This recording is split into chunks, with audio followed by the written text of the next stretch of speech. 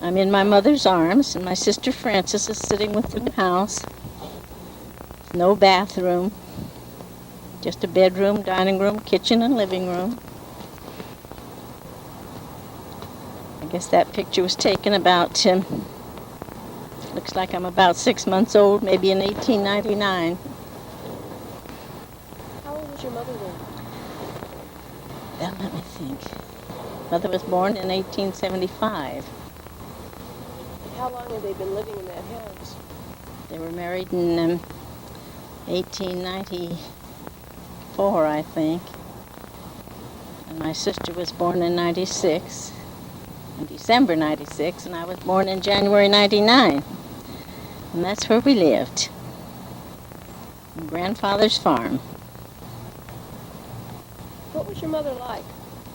She was a little thing, lots of fun, always singing and dancing and happy, and just nothing would stop her.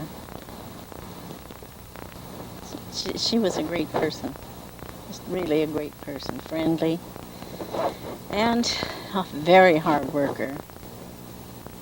Always got her way. She was stubborn. And while we still lived in this little house, my brother Mervyn was born, the first boy in the family. He was born in 1902, in May. When he was about a year and a half or 2 years old, I don't know what the circumstances were, but for some reason, the hired man was gone, my father was away, and there was nobody there to milk the cows.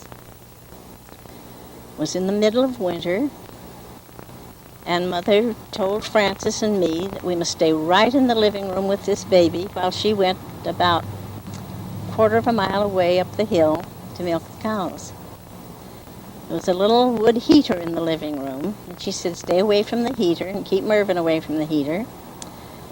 So she went up the hill to milk the cows. She had the cows milked and was starting down the hill across the Indian graveyard, which is another interesting thing in the family. And she heard us screaming.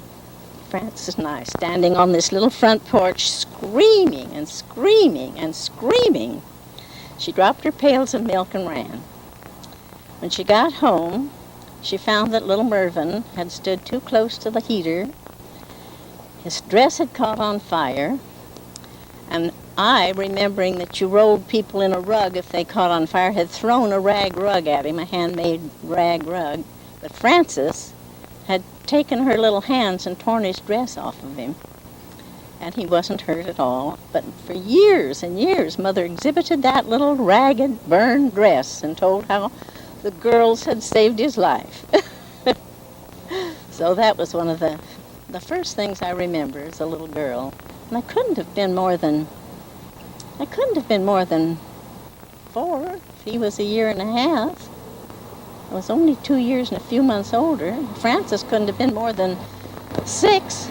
So it was quite a feat for us to have saved that child and saved the house. And Mother never left us again. She never would leave children alone in the house, but that was very important to her. Milk the cow, bring the milk home. What was the Indian graveyard? Well, there was a mound near our cow barn up on the hill, and it was an Indian and early settler cemetery. When I was a child, there were still many graves with white picket fences around them, but there was only one headstone, and that was of Mark West, the original grantor of the grantee of the territory there. It was a wooden headstone, and if my memory's right, I think it is, it said Mark Poe, P-O, West. Now, everyone around here talks of Marcus West as being the man who had this big land grant, all of this territory. And but I remember distinctly reading that many times, and it had something in it about the land being granted to him by, I suppose it was the King of Spain. It was a Spanish land grant. And unfortunately, when my grandfather died, that piece of property belonged to my youngest aunt. and she wanted to build a house up there. So she took Mark West's gravestone down, put it in her garage, and just built the house there. It was just Indian graves, there were no markers on any of the graves, and my grandmother remembered that the last burial there, which she attended, was a little Indian girl who died, and there were 2 tall pine trees planted at the head and foot of her grave. They were still there when I was a child, but now you couldn't find that. You couldn't find anything there now. There's a house on the property and a school down below it, and you'd have to dig in to find whoever's buried there. But it is an old Spanish and Indian graveyard. Of course, it would cause a great deal of controversy if the Indians knew about it, I guess, because they raised a big fuss about their burial grounds being desecrated. But it was interesting. My brother Mervyn, the victim of the fire, and I used to play up there a great deal. We loved to play up there in the Indian cemetery, the graveyard we called it. And what was the Great Fire? What? What was the Great Fire? My brother the little boy catching his dress on fire. He was young enough. He was still in dresses. In those days, you dressed little boys in dresses till they were maybe 2. And so, I guess. Where were your favorite places to play? Oh, down on Marquess Creek. Marquess Creek was a lovely running stream then. We could go down there and catch fish on a bent pin.